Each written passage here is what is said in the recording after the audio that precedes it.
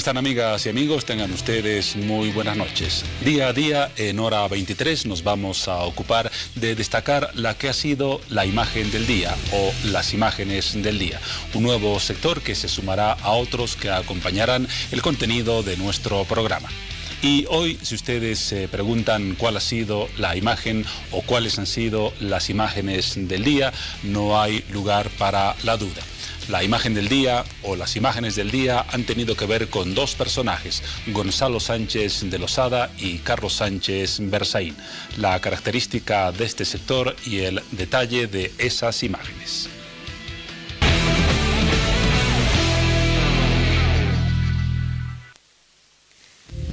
Gonzalo Sánchez de Losada, en imagen, 87 años de edad. No lo veíamos en una imagen reciente desde hace muchos meses. Una apariencia avejentada, decían los medios que asistieron al juicio, el primer día del juicio civil que enfrenta a Sánchez de Losada con la justicia por la muerte de 9 personas en las protestas del año 2003 en la denominada Guerra del Gas.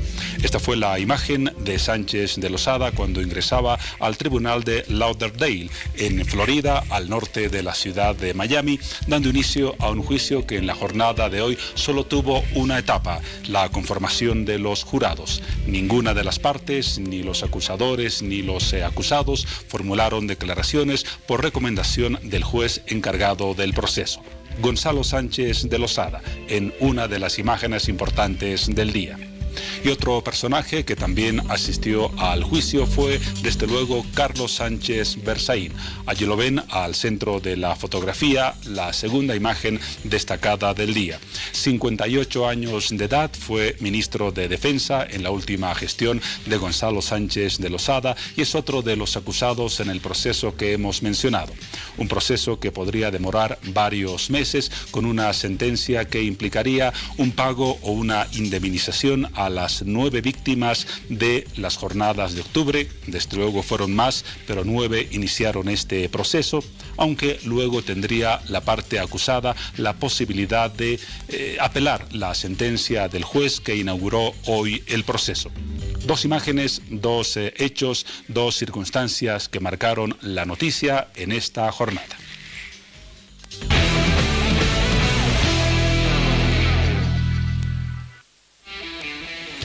La imagen y las imágenes del día. Pero desde luego tenemos mucho más en hora 23, pero no desarrollamos los temas sin antes conocer el saludo de nuestras compañeras de trabajo. Paola Sánchez, buenas noches. ¿Cómo estás, Juan Pablo? Buenas noches, ¿cómo están todos? Bienvenidos a Hora 23. Así iniciamos la semana. Gracias por acompañarnos. También damos la bienvenida en las redes sociales a Piti Garamendi. Hola, Piti. ¿Cómo estás, Paola? Buenas noches. Aquí en redes sociales ya estamos listos para su participación. Recuerde que su opinión es muy importante para todos nosotros. Bienvenidos. Y desde luego el tema del día tendrá su desarrollo en hora 23. Hablaremos con el presidente del Colegio Departamental de Abogados de La Paz para que desde un punto de vista jurídico nos brinde un análisis de lo que se puede esperar de ese proceso en Estados Unidos contra Gonzalo Sánchez de Losada y Carlos Sánchez Berzaín. ¿Cuánto tiempo se estima que dure el proceso? ¿Cuál es la sanción a la que se enfrentan las dos ex autoridades de Estado? ¿Qué influencia puede tener este juicio en el pedido casi olvidado de extradición de ambas ex autoridades? Algunas de las preguntas que plantearemos al presidente del Colegio Departamental de Abogados de La Paz. Bueno, hace un tiempo atrás se encontraron cerca de 185 dientes de jaguares y otras piezas de animales silvestres en peligro de extinción en un mercado de Santa Cruz. Por otra parte, en Cochabamba, en enero de este año, se rescataron 3 tortugas acuáticas y un erizo. También fue rescatada una tortuga que se ofertaba por vía internet en 700 bolivianos. Y así sucesivamente es que la Policía Forestal y de Medio Ambiente y otras instituciones que protegen la vida y los derechos de los animales van rescatando a estas especies víctimas de aquella gente que lucra con sus vidas. Sin embargo, hay otras especies que no son rescatadas y se condenan a una vida en cautiverio, llena de sufrimiento, de maltrato de abuso, que son tan solo algunas de las espantosas características del tercer negocio ilícito más importante del mundo. Esta noche hablamos del tráfico de animales silvestres y además conocemos uno de los últimos rescates que llevó a cabo la Policía Forestal y de Medio Ambiente. 6 especies silvestres fueron rescatadas y los detalles se los daremos en los próximos minutos. Bienvenidos. Y desde luego no olvidaremos la noticia que ha sido suceso hoy en la ciudad de Santa Cruz y que aún mantiene pendiente de informaciones a esa capital departamental y desde luego al resto del país. Las imágenes de Palmasola, hoy como ustedes conocieron, se registró un motín en el pabellón P3 de Palmasola que derivó en la fuga de 6 reclusos. A estas alturas de la jornada, de acuerdo a las informaciones del Ministerio de Gobierno, los 6 reclusos ya fueron capturados y por lo tanto se encuentran nuevamente en celdas de Palmasola, aunque uno de ellos está internado por una herida de bala. Su vida no corre peligro, una herida que obligó a su hospitalización. Tendremos un panorama completo desde Santa Cruz con la noticia al instante. Un periodista de Bolivisión se encuentra en este instante en las afueras de Palmasola para darnos las últimas novedades de este tema que estremeció a la ciudad de Santa Cruz y que concluyó, por lo menos en el capítulo de esta jornada, con la recaptura de los 6 reos que fugaron de ese penal. Ahora yo les hago la invitación para que ustedes puedan participar de la siguiente publicación. Mejora de residuos sólidos. Mediante el proyecto de gestión ambiental, municipios del Chaco mejorarán tratamientos de residuos sólidos y aguas servidas mediante la cooperación suiza. Usted puede participar ya de esta publicación y también puede empezar ya a mandar sus mensajes a nuestra línea de WhatsApp 776-77223.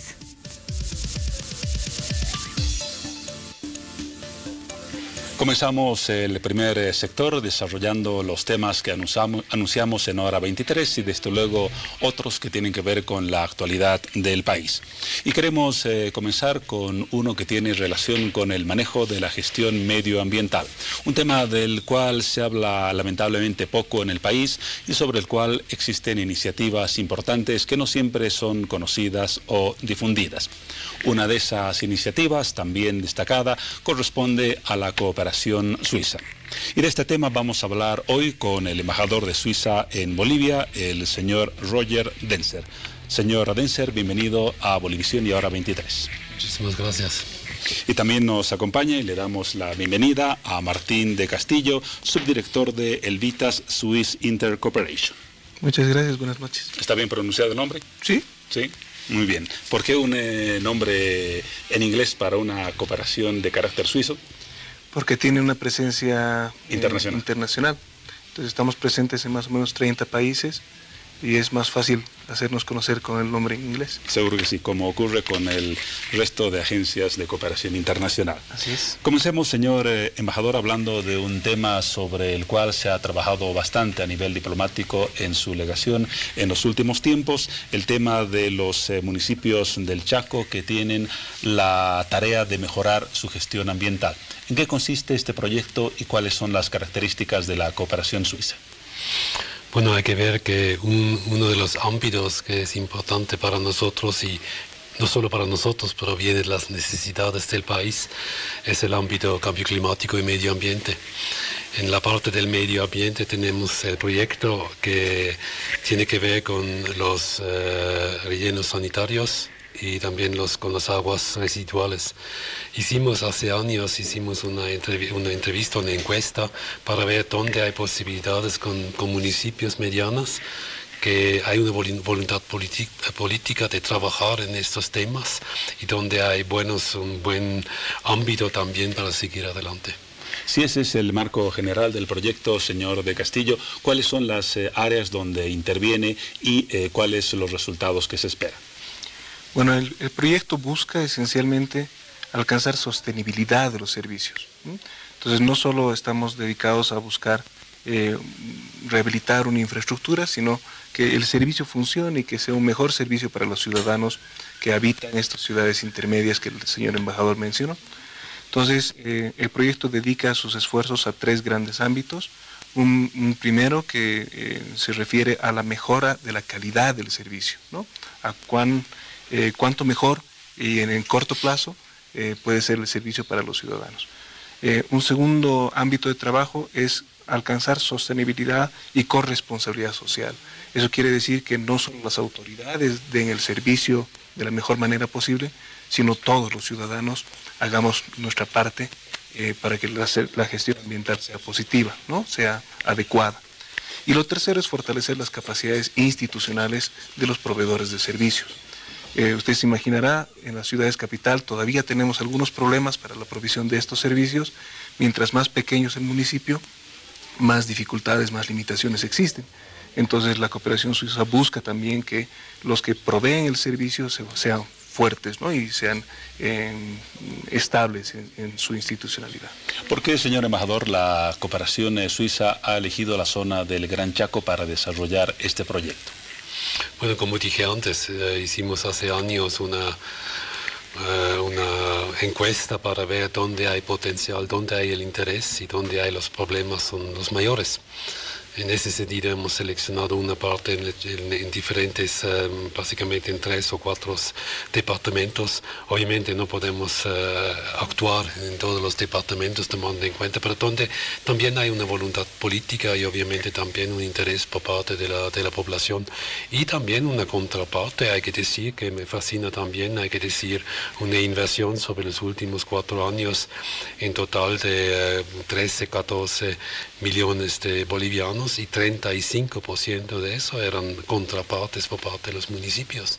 Entonces no solo la cooperación suiza viene con la plata y es hecho, ¿no? Es una cooperación en el sentido no solo a nivel financiero, obviamente, pero también el intercambio de conocimientos y también de experiencias. ¿Cuál es el monto total del proyecto destinado a este proyecto específico en el Gran Chaco? Bueno, tenemos varias fases, pero la última fase que hemos invertido era en esta zona 13 millones en total. Millones de bolivianos, y eso queremos también seguir adelante en los próximos años. Y una cosa hay que decir, para mí era fascinante también para ver, cuando estuvimos en Villamontes, ¿no? Conjunto, es también para ver que muchas preguntas son iguales que tenemos nosotros también con la basura en Suiza. Al final, la primera pregunta primordial es, hay que reducir la basura. No es la idea de solo encontrar un espacio, tener un relleno sanitario, obviamente también importante, pero al final, ¿cómo se puede reducir la basura? ¿Cuál es la parte orgánica que se puede utilizar para abono? Pero también cuál es la parte que se puede trabajar en reciclaje, y eso son también puestos de trabajo. Son más o menos, son muchas preguntas, son iguales o desafíos iguales como en Suiza, y me fascina el interés de la gente de atacar este problema y buscar una solución para la población local. Se trata de un proyecto pionero en este campo que tiene posibilidades de ser replicado en otras regiones del país. Sí, en realidad se busca que este proyecto pueda ser replicado en otras partes, ¿no? Entonces, por ejemplo, estamos apoyando la reglamentación de la ley de residuos sólidos en algunas zonas, y en las reglamentaciones donde hemos estado trabajando en Cochabamba y en el Gran Chaco, entre Tarija y también en algunos municipios del Chaco de Chuquisaca. Las mismas autoridades han promovido alianzas y mancomunidades para la gestión integral de los residuos sólidos. Y eso es realmente llamativo, porque que se pongan de acuerdo varias autoridades de diferentes departamentos, como ha sido el caso de Villamontes y Macharetí, 2 municipios en 2 departamentos distintos, para entre los dos gestionar los residuos sólidos, es un logro, creo, muy interesante de las autoridades y de esos pueblos, ¿no? Entonces sí estamos muy contentos con las posibilidades también de réplica y de escalamiento de este proyecto. Seguro que sí. Aparte de la gestión medioambiental, ¿qué otras áreas forman parte de las prioridades en la cooperación Suiza-Bolivia? Bueno, la cooperación suiza tiene cada año más o menos una inversión de 23 millones, el equivalente de 23 millones de dólares americanos. Hay tres ámbitos, ¿no? Uno es, como dije antes, era cambio climático y medio ambiente. La otra parte es desarrollo económico y el tercer ámbito es gobernabilidad. Más o menos 40% los dos primeros y gobernabilidad 20%. Entonces eso es también una manera de ver cuáles son las necesidades del país y cuáles son los ofrecimientos de nuestra parte. Obviamente con este monto no somos el Banco Central de Suiza, entonces que tiene mucha plata. En ese sentido nosotros debemos también focalizar en algunos ámbitos, ¿no? Para limitar a tres, donde nosotros podemos cooperar con los diferentes actores locales para lograr conjuntamente los objetivos de desarrollo. Bolivia está entre los países que reciben prioritaria atención de la cooperación suiza a nivel latinoamericano, o estamos detrás de alguien. Bueno, hay diferentes grupos, ¿no? Como por ejemplo los países con ingresos muy bajos, pero hay otros países de renta media y Bolivia es un país de renta media baja y para nosotros, para Suiza, para la cooperación suiza, Bolivia sigue ser un país prioritario para la cooperación. Cada 4 años tenemos una estrategia de cooperación y después vamos a ver al final cuáles son las experiencias, a dónde va a ir el camino, qué hacemos. Como dije, hoy en día Bolivia es un país prioritario para la cooperación suiza. El cambio de condición de una renta baja a una renta media ha provocado que disminuya el monto de la cooperación internacional a Bolivia y particularmente de la Suiza, ¿o no se ha reflejado ese cambio de condición en los presupuestos asignados?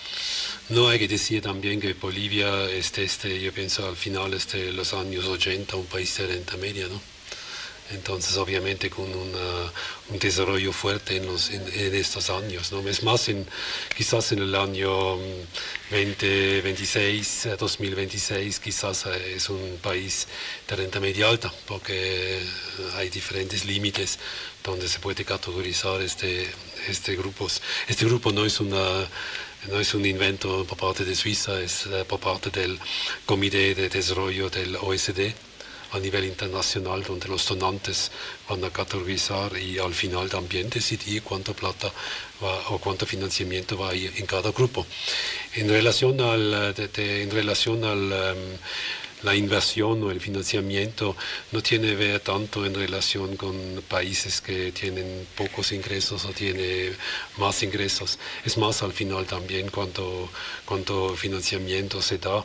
Ahora tenemos un presupuesto reducido, pero eso tiene que ver un presupuesto reducido a nivel mundial de la cooperación suiza, pero no tiene nada que ver con Bolivia. Pero al final, para mí, obviamente el financiamiento es importante, pero no es la cosa más importante.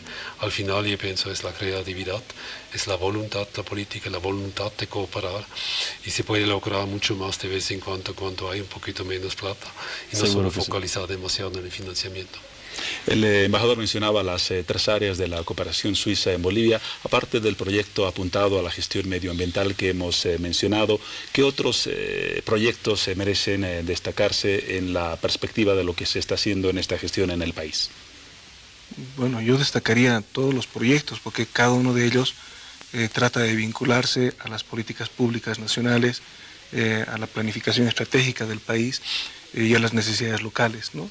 Entonces, en los ámbitos más de cambio climático y medio ambiente, hay una variedad de iniciativas que van desde estas iniciativas un poco más urbanas, ¿no? de gestión de los servicios, hasta otras que tienen que ver con la gestión de las cuencas, la reducción de los riesgos de desastres, adaptación al cambio climático, ¿no? Que son cosas que vivimos en Bolivia ya hace algún tiempo, pero que necesitan más esfuerzos, ¿no? En la parte más económica está el desarrollo económico, mercados inclusivos, buscar que la gente no solo pueda tener sus propios emprendimientos, sino también pueda tener acceso a un empleo más digno, ¿no? Y en la parte más de gobernabilidad está todo el vínculo de buenos acuerdos, de justicia de los diferentes niveles, con los servicios locales y con las necesidades locales.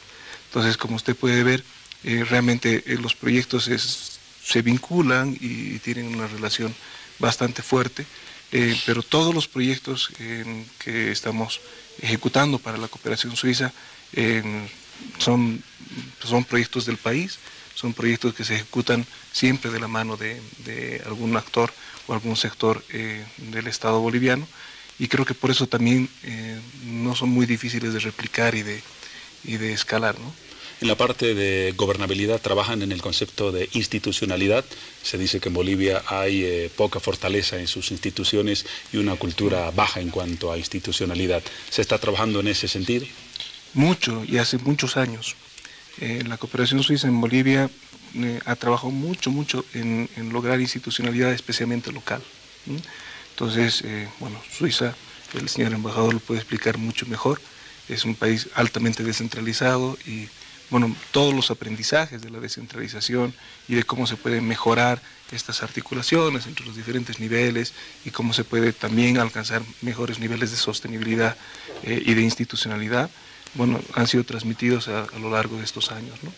Aunque todavía estamos lejos de ese anuncio que hizo alguna vez el presidente del Estado de que nos podríamos comparar con Suiza en algunas décadas. Sí, yo me imagino que tenemos nuestros propios desafíos, ¿no?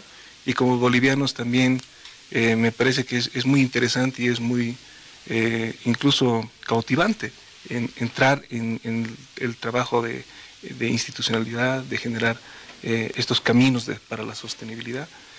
Sí, nos falta bastante, en muchos casos estamos a años, ¿no?, de distancia, pero creo que estamos caminando y estamos avanzando, y ese es tal vez el mejor mensaje, ¿no? Seguro que sí. Para finalizar, embajador, ¿cómo valoraría la receptividad que ha tenido en Bolivia la cooperación suiza en las tres áreas o en los tres campos que hemos mencionado? Bueno, primero hay que ver que Suiza obviamente no es un país geopolítico, ¿no? Tenemos tampoco una historia en relación a colonización. Es un país que tiene un sistema democrático, somos neutros también.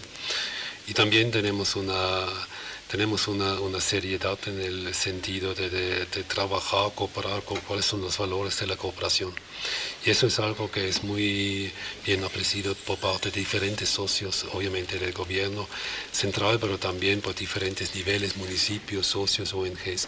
Y eso es algo para mí, al final, una búsqueda de una verdadera cooperación, no solo el financiamiento por parte de la cooperación suiza, como dije, pero también los valores, los objetivos comunes. Como dije Martín, ¿no? Al final nosotros apoyamos a iniciativas en el país, no es así que vamos a venir y hecho aquí es el proyecto suizo, ¿no? Así no funciona la cooperación. En ese sentido es una buena cooperación, obviamente hay siempre lecciones aprendidas para mejorar, pero es una receptividad que es positivo también por parte de nosotros. Al final muestra también la solidaridad de la población suiza para un país como Bolivia, para apoyar en su camino en los diferentes ámbitos donde nosotros trabajamos. Gracias por su criterio. Como suizo, admirador de Federer. Oh, por supuesto, además tengo el mismo nombre. Ajá, entonces, en ese sentido, obviamente. Y orgulloso también, del número uno sí, recuperado hace poco del genio de Basilea. Así es. Me imagino que sí. Muchas gracias, embajador, por su visita a Hora 23 y a Bolivisión, lo mismo que al representante de esa área de la cooperación. Esperemos que en estos minutos se haya conocido algo del apoyo importante que brinda Suiza a nuestro país en las tres áreas que se han mencionado. Ya lo tendremos pronto para comentar avances del proyecto y desde luego para evaluarlos. Hasta una próxima oportunidad. Muy bien, muchísimas gracias. Muchas gracias.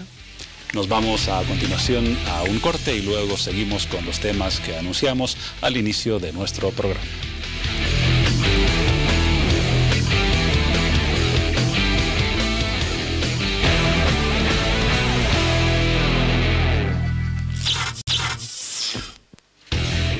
Son las 23 horas con 30 minutos. Lo decíamos al principio de Hora 23, uno de los sucesos informativos de esta jornada, la fuga de 6 reclusos del penal de Palmasola, que se dio luego de un motín en el pabellón P3 de ese recinto carcelario, debido a que los reclusos no están de acuerdo con la política definida para trasladar a los niños que vivían en condiciones no adecuadas o visitaban a sus parientes en condiciones inadecuadas al penal de Palmasola. Sin embargo, los 6 fugados ya han sido recapturados, uno de ellos está herido y se encuentra hospitalizado. En este instante establecemos contacto con Santa Cruz y con el punto de la noticia, el penal de Palmasola. Allí se encuentra nuestro compañero Luis Coronado, a quien le damos la bienvenida y las buenas noches. Luis, cuéntanos las novedades del momento de este Palmasola. Así es, Juan Pablo, buenas noches. Este panorama es el que se vive en este momento, donde vemos largas filas de familiares de los internos que se encuentran realizando el reconteo de los internos por medio de la policía y encabezado por el comandante departamental Alfonso Siles y el subcomandante Igor Echegaray. También se puede observar, como las cámaras los muestran, larga fila de familiares de los internos que se encuentran preocupados por falta de información. Quieren saber cómo se encuentran en este momento. Este es el panorama que se vive en este momento en el reclusorio penal de Palmasola, Juan Pablo. Una consulta a propósito de esa demanda de información de los familiares de los reclusos. ¿La policía o el gobernador de Palmasola o alguno de los oficiales a cargo no ha tomado contacto con esos familiares que se encuentran en las afueras para darles los datos que requieren?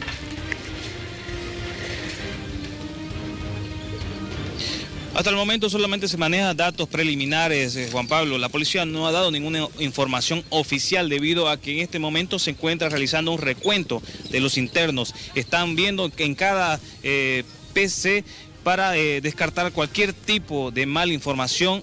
De manera preliminar no se conoce nada, solamente se maneja información a grandes rasgos, cosa que no ha sido oficializada por el comandante departamental.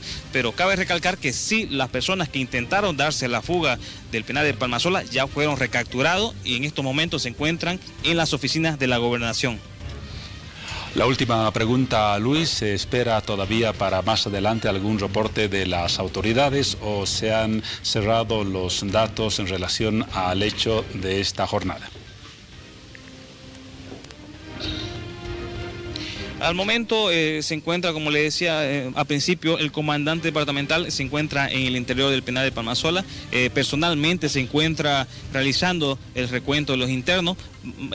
Más adelante vamos a seguir insistiendo de poder brindarle más información de manera certera y precisa con el comandante Alfonso Siles, Juan Pablo. Muchas gracias, Luis. Agradecemos a Luis Coronado, nuestro periodista de Bolivisión en la ciudad de Santa Cruz, por ese informe que nos llegaba desde las puertas de Palmasola. Más adelante volveremos a ocuparnos del tema con notas que van a sintetizar el panorama de esta jornada sobre esa información y sobre hechos relacionados, desde luego, a las consecuencias y a las connotaciones del tema. Pero ahora, y en otro sector de Hora 23, nos ocupamos de lo que va a ser el suceso informativo del próximo fin de semana, el llamado Banderazo. Hemos hablado de esta organización en los últimos días, lo hicimos con el ministro de Defensa, Javier Zabaleta, y tenemos nuevamente la presencia de esta autoridad para que nos ponga al día de este asunto. Ministro, buenas noches, bienvenido a Hora 23. Buenas noches, pues un placer estar aquí contigo. Antes de hablar del tema que mencionaba, en el caso de Palmasola no ha sido necesaria la participación o el apoyo de fuerzas militares para sofocar el motín y luego encontrar a los fugados de ese recinto carcelario. Sí, son casos extremos cuando se requiere ya la participación de las Fuerzas Armadas, ¿no? Y no ha sido ese el caso. La policía tiene los recursos suficientes como para atender un incidente de este tipo. Y el caso entonces está enteramente en sus manos. Vayamos ahora a hablar del tema que mencionamos, el banderazo. Lo teníamos la anterior semana usted presente en este mismo estudio y nos daba varios detalles importantes de la organización. ¿Qué se ha agregado de nuevo al panorama que conocimos en los últimos días respecto a lo que va a ser ese banderazo? Bueno, mira, hemos hecho un último balance el día de ayer, domingo, con el presidente. y estamos excediendo ya los 120 kilómetros de bandera. Nuestro objetivo era llegar a 70, el presidente había hablado de 100 incluso, pero ya hemos excedido los 120 y se prevé que hasta el día sábado lleguemos hasta superar los 150 kilómetros, ¿no? Eso ya es 3 veces el récord mundial. Al margen de eso, prácticamente triplica nuestras expectativas que teníamos. Se prevé una movilización en ese sentido de más de 60.000 personas ese día. Y eso va a requerir de todos nosotros una organización. Vamos a tener que cerrar la carretera por las horas que dure por lo menos el conteo de toda la bandera. Y bueno, la convocatoria es ahora a todo el pueblo boliviano para que nos acompañe ese día, porque la bandera que nos están haciendo llegar de lugares como Beni, Pando, Tarija, gracias a nuestras Fuerzas Armadas, la vamos a atender en la carretera. Pero a la hora de levantar la bandera necesitamos el apoyo de toda la población, fundamentalmente de Oruro y de La Paz, como digamos departamentos anfitriones, porque se prevé cada 5 metros 2 personas, ¿no?, a cada lado de la bandera, y eso es por lo menos 60.000 personas. Enseguida vamos a hablar de cómo puede sumarse la población a esta iniciativa. Antes, sobre la cantidad que mencionaba, 120 kilómetros de bandera, ¿cómo se está efectuando el cálculo para llegar a cifras como esas? ¿Se está sumando qué? Los aportes que han estado dando ya diferentes organizaciones. Esta mañana nomás yo he estado en una presentación de 17 kilómetros que ha aportado el ejército. Hemos estado en Cochabamba, las federaciones del trópico cochabambino también están aportando con alrededor de 20 kilómetros. El Ministerio de Desarrollo Productivo del ministro Eugenio Rojas ha reportado que en el departamento de La Paz varias organizaciones ya le han llegado a entregar alrededor de 20 kilómetros. En el departamento de Santa Cruz también se ha logrado acumular alrededor de 10 kilómetros. Entonces, si va sumando lo que ya cada departamento ha ido aportando, hemos superado los 120 kilómetros, y eso es lo que se le ha reportado al presidente el día domingo. El hecho de que se haya llegado a los 120 kilómetros va a significar que se modifica el punto de inicio en La Paz y el punto final en Oruro. Sí, definitivamente, porque... ¿Cuáles serían los lugares? Antes era Sicacica, Caracollo, ¿no es cierto? Ahora vamos a empezar en Caramarca y va a llegar hasta el casco del Minero en el ingreso de la ciudad de Oruro. Es decir, eso es más o menos 120, 140 kilómetros. Si excedemos eso, seguramente vamos a llegar hasta la tranca de Achica arriba a la salida del Alto, ¿no? Entonces prácticamente vamos a copar la carretera La Paz-Oruro. Y por lo tanto, lo bueno es de que está más cerca de la ciudad del Alto y a la entrada de la ciudad de Oruro, y entonces toda la población de Oruro, del Alto, de La Paz, le va a ser más fácil llegar a la bandera. Pero eso sí requiere de nuestra parte una precisión en la organización para no, más bien para tener la bandera tendida a una determinada hora y que todo el conjunto de organizaciones y personas que estén ahí puedan levantar la bandera a la misma hora, ¿no? Para contabilizarla ya. Seguro que sí. Justamente sobre ese tema, la pregunta es, ¿qué puede hacer un ciudadano que no pertenece a una institución como las Fuerzas Armadas, que van a participar directamente en seguramente algunos tramos del recorrido, o no pertenece a alguna otra institución y que está interesado en ser parte de ese acto portando algunos metros de la bandera? ¿Qué puede hacer un ciudadano X de La Paz, del Alto o de Oruro para ser una de las personas que permita el tendido total de la bandera? Bueno, el día sábado, ya desde las 6 de la mañana, nuestras Fuerzas Armadas van a estar tendiendo las piezas de la bandera, y se espera de que a partir de las 8:30 podamos tener la participación de cualquier ciudadano, ¿no? Las personas que vayan con una pieza de la bandera, nuestras Fuerzas Armadas y las organizaciones que están organizando esto, vamos a entregar este certificado con la firma del presidente Evo Morales, que es un agradecimiento en realidad a las organizaciones y personas que han aportado con una pieza de la bandera, ¿no? ¿Esto se va a dar a organizaciones o a personas particulares que hayan llevado a cualquier persona o grupo de personas que nos haga llegar una pieza de la bandera, ¿no? Ya sea de 10 metros, de 20 o de 50 metros de largo.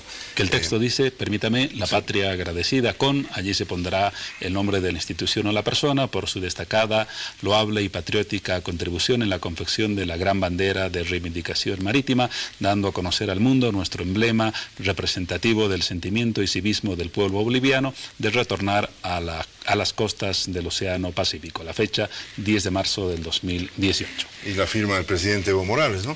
Este es un testimonio de que esa persona, ese grupo de personas han participado de este hecho que a nuestro juicio ya es un evento histórico, ¿no? Esto va a ser recordado, como recuerdas tú, el año 1979, ese minuto de silencio que hicimos en todo el país. Que fue prácticamente sepulcral y significativo para nuestro país y para el mundo. En esa época, estoy hablando hace casi más de 40 años, casi 40 años atrás, paramos el país y todos los bolivianos hicimos un acto de civismo mostrando nuestra reivindicación al mundo entero. Bueno, ahora va a ser un acto parecido, como hace 40 años no lo veíamos. Y por eso este certificado refleja eso, ¿no? Nuestro agradecimiento a todas las personas que están participando. Imagínate, queríamos batir un récord de 50 y tantos kilómetros y ya estamos llegando a superando los 120 kilómetros. Y eso es por la participación de la población, así que los esperamos. Ayúdenos, por favor, a sostener esa bandera el día sábado. Los esperamos a partir de las 8:30 de la mañana en la carretera La Paz-Oruro. Va a estar segmentada la carretera por departamentos, es decir, si yo quiero sumarme al equipo de Tarija, de Pando, de Beni, de La Paz, de Oruro, va a haber un sector ahí debidamente señalizado y oficiales militares que te van a conducir al lugar del departamento donde vas a poder extender tu bandera y la señal para ya levantar la bandera alrededor de las 11 de la mañana va a ser el sobrevuelo de por lo menos 3 helicópteros con medios de comunicación nacionales, internacionales y el equipo que va a hacer la medición. Y ante el sobrevuelo de esos helicópteros ya vamos a extender la bandera y esa va a ser la contabilización de todo este tramo. Se está haciendo las gestiones con la empresa Record Guinness para que estén presentes ese día, pero también está el Instituto Geográfico Militar y Aerofotogrametría que van a certificar también la medición de los kilómetros de la bandera, así que creemos que todo está preparado. Es un operativo bastante grande, las Fuerzas Armadas van a desplazar más de 17.000 efectivos. La policía una cifra similar para garantizar la seguridad del tráfico en la otra vía que no se va a cerrar. Por lo tanto, solo falta la presencia de todos nuestros compatriotas ahí para ayudarnos a levantar la bandera y decirle al mundo que aquí estamos todos juntos, todos unidos, en una empresa tan compleja como esta, pero mostrándole al mundo entero nuestra indignación por la invasión chilena y nuestra esperanza de resolver en paz este diferéndum. Usted lo decía ya la anterior semana, lo ha ratificado hoy, una vía de la carretera La Paz-Oruro será cortada al tráfico. La otra vía será para una doble ruta, vehículos de ida y de vuelta o solamente en un sentido. De ida y vuelta va a estar habilitada la otra vía, pero estimamos que a partir de las 10 de la mañana se va a cortar también, ¿no? Entonces, en ambos sentidos. Así es, va a haber un periodo entre la mañana y primeras horas de la tarde del sábado en que va a estar totalmente cortada la vía La Paz-Oruro. Para que lo tome en cuenta la gente que planifica algún viaje de Oruro a La Paz o viceversa. Sí. Una pregunta de carácter práctico, ¿cómo se va a unir la bandera o las banderas que provienen de distintos sectores? Un grupo que lleva una X cantidad en cuanto a metros, ¿cómo la une con el otro grupo que tiene una X cantidad de metros de bandera? Bueno, la idea es coser la mano, ¿no? Ese momento. Ese momento. Y esa es, digamos, la gran movilización, ¿no? Porque ni todas nuestras Fuerzas Armadas podrían estar ahí haciendo ese trabajo. Así que la convocatoria a toda la población para que se lleve también una aguja y un hilo grueso para coser cada parte que vamos a ir uniendo. Ese trabajo de cosido calculamos que nos va a llevar entre 8:30 y 11:30. 3 horas en las que vamos a extender, vamos a coser la bandera, y a 11:30 después del sobrevuelo vamos a levantar ya la bandera completa, ¿no? Va a haber un equipo de comunicación de las Fuerzas Armadas para reportar de que no haya huecos o espacios sin bandera a lo largo de esos 120 kilómetros. Así que yo creo que a 11:30 ya vamos a tener un primer reporte de que la bandera ya está completa. Aunque no es el sentido inicial o principal de la acción del próximo sábado, ¿se ha garantizado la presencia de los representantes de Récord Guinness para que certifiquen que se va a marcar un récord mundial? Sí, ya se les ha hecho la invitación, la Cancillería está a cargo de esto. Y bueno, seguramente la respuesta nos llegará en las próximas horas de a qué hora y cómo van a estar aquí en Bolivia, la empresa Récord Guinness. Sin embargo, como te decía, están nuestras instituciones técnicas de Bolivia como para certificar el largo de la bandera. Y como te decía, imagínate, queríamos batir un récord de 54 kilómetros. Y ya vamos por el 120. Ya vamos por 120 y es muy probable que lleguemos a 150 y tantos. Entonces casi hemos triplicado el récord mundial. Muy bien, para finalizar, ministro, por lo que nos ha dicho y por esta extensión que ha sobrepasado las expectativas iniciales de los organizadores, la participación de la gente con la aguja y el hilo y su presencia para extender la bandera es importantísima. Sí, hacemos un llamado, una invitación a todos los bolivianos que puedan estar el día sábado a partir de las 8:30 en la carretera La Paz Oruro. Va a ser un día de fiesta porque van a haber bandas militares ahí tocando, se ha convocado a grupos también de todo tipo de música que van a estar amenizando en todo lo largo de la carretera. No se prevé lluvias hasta el momento para ese día, así que va a ser un bonito día. Y ser parte, ¿no? Ser parte de un momento histórico que no lo habíamos vivido hace décadas en Bolivia. Y además coincide con lo que va a suceder en La Haya días después. Por lo tanto, cuántas generaciones de bolivianos y bolivianas murieron sin haber visto un momento tan decisivo en este diferéndum que tenemos con Chile.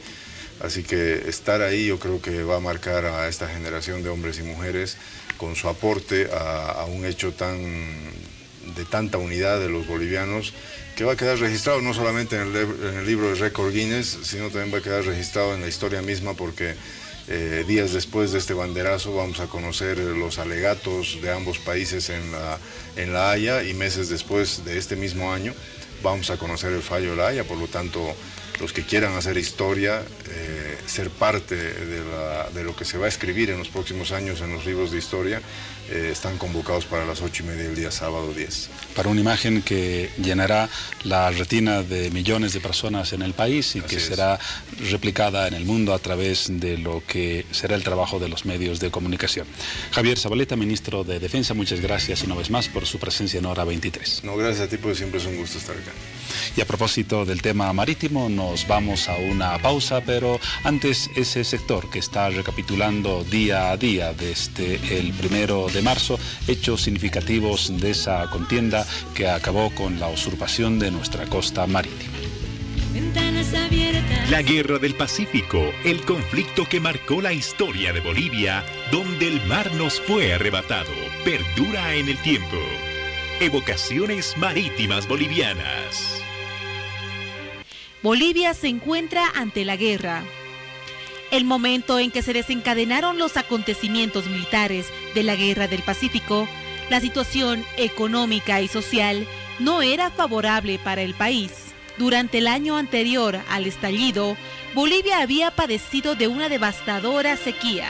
Los estragos fueron mucho más notorios en el departamento de Cochabamba, que había tenido fama de ser una de las ciudades más productivas del país, denominada para ese entonces el granero de Bolivia. Además, esta situación trajo consigo diversas epidemias y una elevada mortandad entre la población, recogiendo diariamente hasta 20 cadáveres. La deficiencia de las comunicaciones internas, en particular la existencia de líneas telegráficas, impidió una respuesta ágil de las autoridades bolivianas frente a la invasión chilena. En efecto, el presidente Hilarión Daza recibió la noticia de la invasión el 25 de febrero, gracias a la intervención del cónsul boliviano en Tacna, el señor Manuel Granier, quien le envió una carta mediante un chasqui que realizó el enorme esfuerzo de cubrir la distancia con la ciudad de La Paz en 5 días.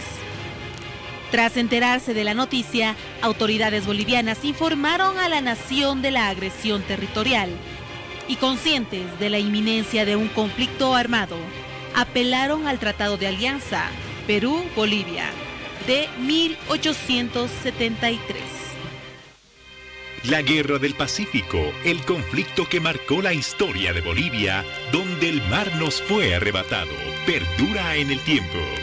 Evocaciones Marítimas Bolivianas.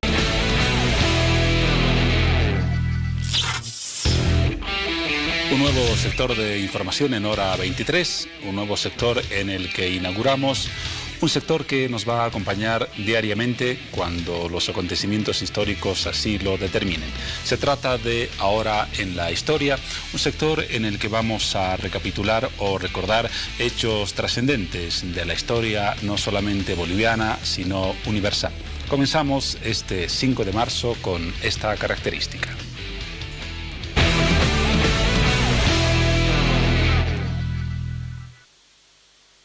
Recibimos la información más dura y trágica que podamos transmitir a nuestro pueblo. A las 4:25 de la tarde de hoy 5 de marzo ha fallecido el comandante presidente Hugo Chávez Frías. Eran las palabras de Nicolás Maduro. Hace 5 años, el 2013, vicepresidente de Venezuela anunciaba con esas palabras el fallecimiento de Hugo Chávez. 5 años han pasado desde entonces. Así se llegaba al final de la vida del hombre que impulsó la denominada Revolución Bolivariana, que acabó con una severísima crisis que soporta hoy el país. Las imágenes corresponden a los días posteriores. Tras la noticia y la confirmación de la muerte, desde luego se organizó un velorio y luego una masiva asistencia en el funeral de Hugo Chávez. El hombre que soñó con la revolución bolivariana, que sin embargo el 2017 ha concluido con 2.616% de inflación, mientras el 2018, este año, se estima que la economía venezolana cierre con una inflación de 10.000%. Recordamos así un hecho importante en la historia de hoy, 5 años de la muerte de Hugo Chávez. No es el único acontecimiento importante de esta jornada, ya que también se recuerdan hoy 58 años de una célebre fotografía. Se dice que es la fotografía más utilizada y más reproducida en la historia universal. El retrato de Ernesto Che Guevara, y ese hombre a la izquierda, el autor de la fotografía, Alberto Korda, un fotógrafo cubano que el 5 de marzo de 1960 retrató al revolucionario cubano cuando éste se encontraba junto al resto de la dirección política cubana en el entierro de las víctimas de una explosión de un buque fondeado en La Habana poco después de la victoria de los revolucionarios en 1959. En imagen, el autor de la fotografía y este retrato de esa imagen que tiene una celebridad universal. Una imagen, la de Alberto Korda, con un protagonista, Ernesto Che Guevara, que ha cumplido 58 años de existencia en el mundo de la iconografía y de la historia universal.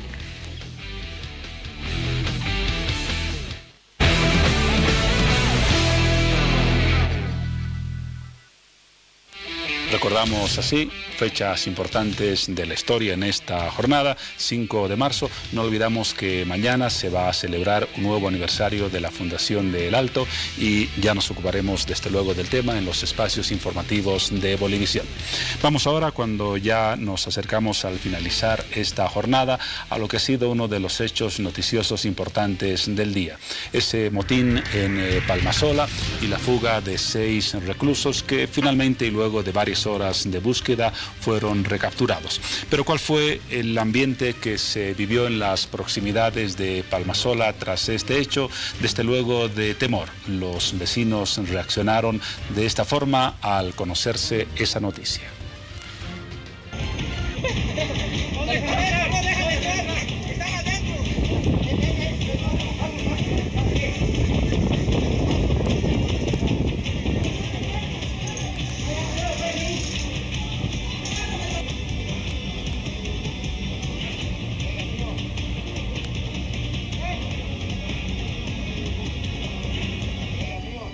fuertemente armados. Un gran contingente policial se desplegó por la parte lateral sur de Palmasola y la zona trasera en búsqueda de los reos que se fugaron de Palmasola.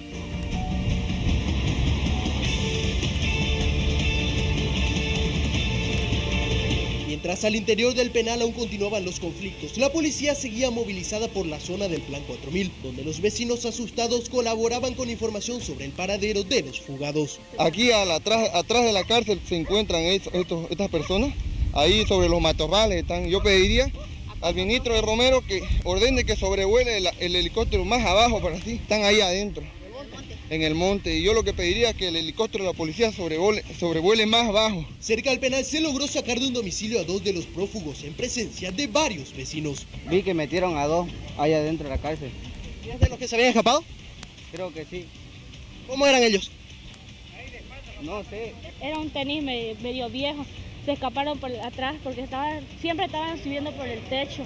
¿Cuántos eran ellos? Eran unos y habría varias gente que se echaron al piso y el reo les amenazó, le dijo, si avisan algo, ustedes serán amenazados por la cárcel, le dijo. ¿Estaba armado? Sí, estaba armado, tenía en la cadera. ¿Qué acento tenía?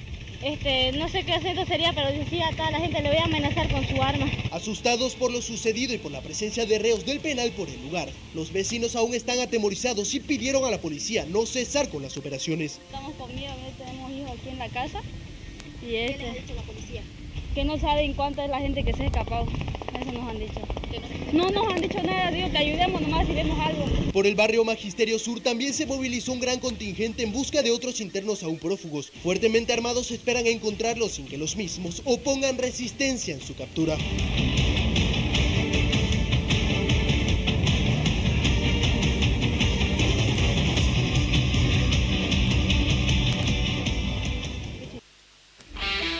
Recordamos que el motín que precedió a la fuga se debe a la nueva política adoptada por el régimen penitenciario que ha prohibido en Palmasola la presencia y la convivencia de niños con sus padres.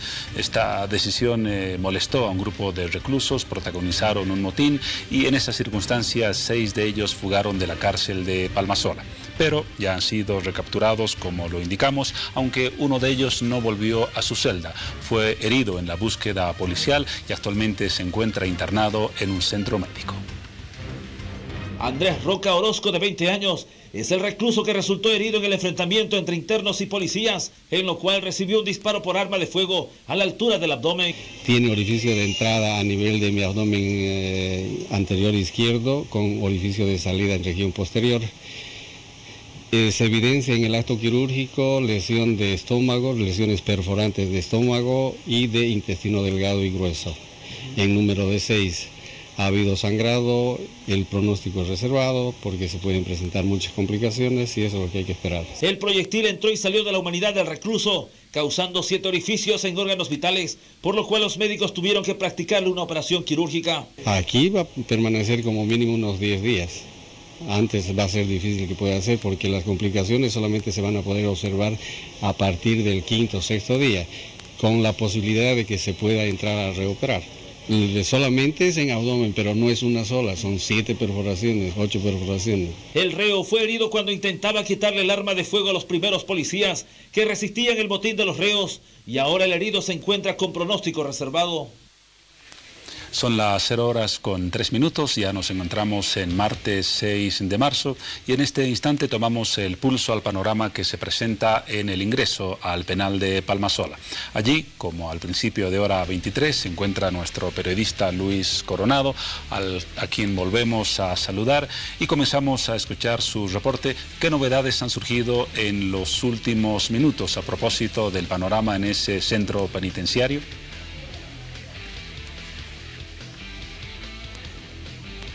Juan Pablo, bueno, reiterarles la situación en la que se ve en estos momentos es que los familiares continúan esperando aquí a las afueras del centro de penal Palmasola para tener un poco más de información. De manera lenta van replegándose la policía del lugar, ya todo se está volviendo a la normalidad con los policías y de que con la normalidad que se trabaja, ¿no? Con el mismo personal, la policía ya de manera paulativamente va retirándose a sus unidades. También recalcarle, son 5 personas y un herido las que han sido recapturadas después de haber intentado darse la fuga. Hablamos del primero, es Gary Ichazo Germán.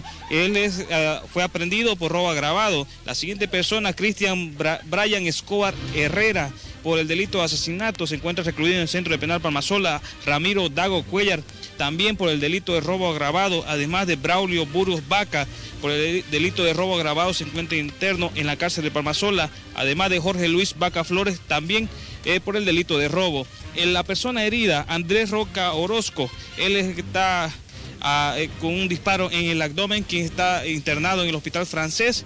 Él está por la tentativa de homicidio, recluido dentro del penal de Palmasola. Hasta el momento, el comandante departamental Alfonso Siles se encuentra en el interior recabando más información para dar una información de manera precisa, Juan Pablo. Luis, supimos que en los últimos minutos varias movilidades abandonaron el penal de Palmasola. ¿Se dio alguna información a propósito de ese movimiento de vehículos, como el que, por ejemplo, estamos observando en imágenes en este instante? Así es, Juan Pablo, van saliendo de manera paulativamente. Poco a poco van saliendo los vehículos que vinieron a reforzar la seguridad en horas de la tarde. Poco a poco se van replegando hasta sus unidades, Juan Pablo. Poco a poco vemos saliendo unas y otras vagonetas que vinieron a reforzar la seguridad, les repito nuevamente, para estar la estabilidad dentro del penal de Palmasola. Al momento continúa el comandante departamental, como le decía, ya en los próximos minutos irá a salir para brindar una información de manera precisa, Juan Pablo. Muchas gracias, Luis. Luis Coronado, periodista de Bolivisión en la ciudad de Santa Cruz y en este instante en las puertas de Palmasola. De esa forma nos hemos actualizado con las novedades de los últimos instantes a propósito de ese tema, la fuga y recaptura de 6 reclusos en el penal de máxima seguridad en Santa Cruz, aunque lo de máxima seguridad se ha comprobado una vez más que sale sobrando. Gracias, Luis. Dejamos el tema y nos vamos ahora a revisar otros hechos de la jornada de ayer. Las noticias destacadas y Paola Sánchez.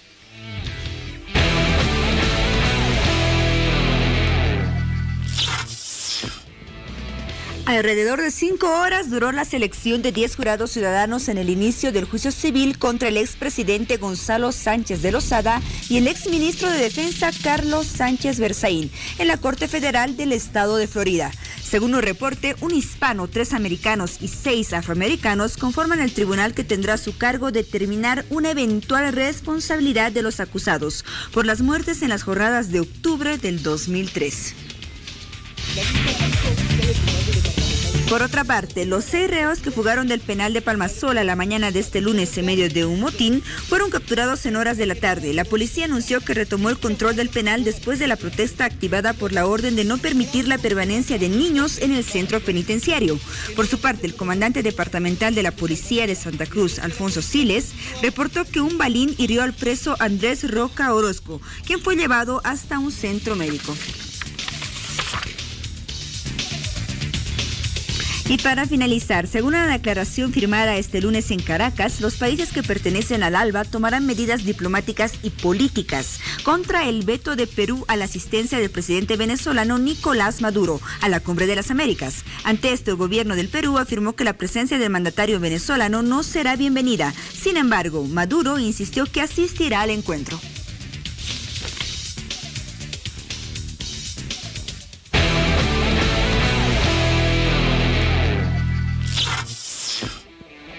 Al principio de hora 23 dimos cuenta de uno de los hechos salientes de la jornada de ayer, para algunos el más importante, la comparecencia de Gonzalo Sánchez de Lozada y Carlos Sánchez Berzaín a un juicio civil que se ha iniciado en el estado de Florida.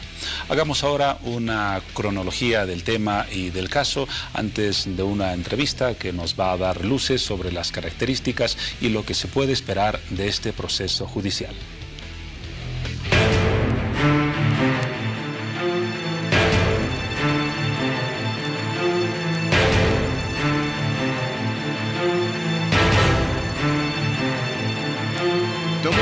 Y se fue hasta los Estados Unidos. El Honorable Congreso Nacional resuelve aceptar la renuncia a la presidencia constitucional de la República presentada por el ciudadano Gonzalo Sánchez de Lozada. Los colegas congresales estén de acuerdo, si van a levantar la mano. Informe, senador secretario. Existe mayoría, presidente. Aprobada la resolución. Acorralado sin saber cómo responder a clímax y a la tensión que nació desde lo más profundo de la represión social que se vivió en octubre del 2003 en Bolivia, Gonzalo Sánchez de Lozada, o Goni como más se lo conoce, escapó dejando un país en el filo de la desesperación. Y es que con seguridad se debe acordar cuando Sánchez de Lozada anunció que tenía la intención de exportar gas natural a los Estados Unidos a través de un puerto chileno. La noticia no fue bien recibida por la mayoría de los bolivianos. Las principales demandas eran la no exportación del gas natural hasta que existiera una política para abastecer al mercado interno. De la misma manera, por los precios bajos a los que se pretendía vender el gas.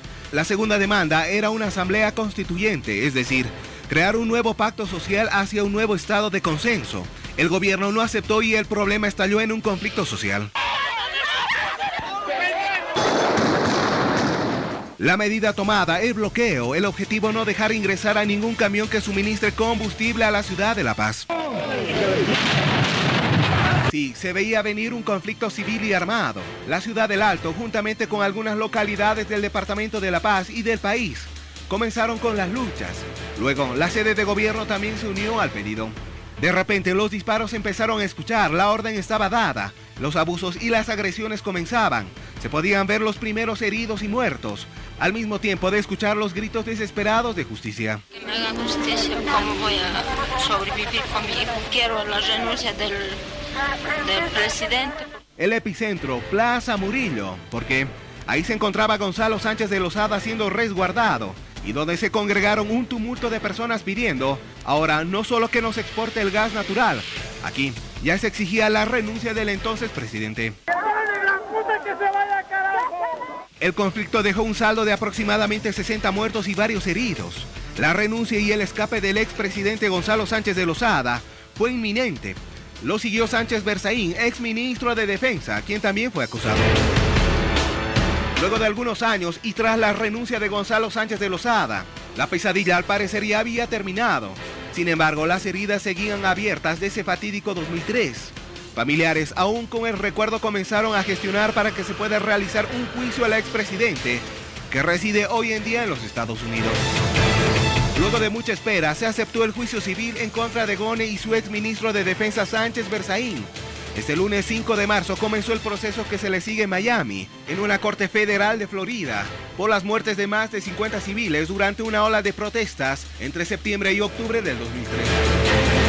El juicio civil ha sido definido como histórico por parte de la Clínica de Derechos Humanos Internacionales de la Facultad de Derecho de Harvard, una de las organizaciones que impulsó el caso en el que familiares de las víctimas les exigen una indemnización a los exfuncionarios, por lo que consideran matanzas extrajudiciales.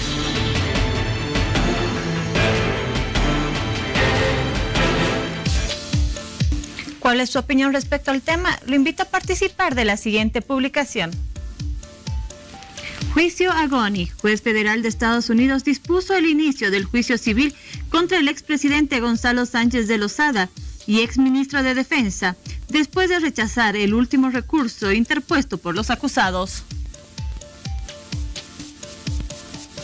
Vamos ahora a lo anunciado, un análisis jurídico del tema. ¿Cuáles son los caminos por los que va a transitar ese proceso una vez que se ha iniciado el día de ayer en el estado de Florida? Y para ese análisis contamos con la siempre valiosa presencia del doctor Israel Centellas, presidente del Colegio Departamental de Abogados de La Paz. Doctor, buenas noches, bienvenido una vez más a nuestro programa. Muy buenas noches y muchas gracias por la invitación. Y para nosotros es importante estar en estos escenarios tratando de aclarar algunos conceptos que son específicamente jurídicos, ¿no? Alguno piensa que cuando está yendo a un juicio, el juicio es netamente penal y hay dos tipos de procesos.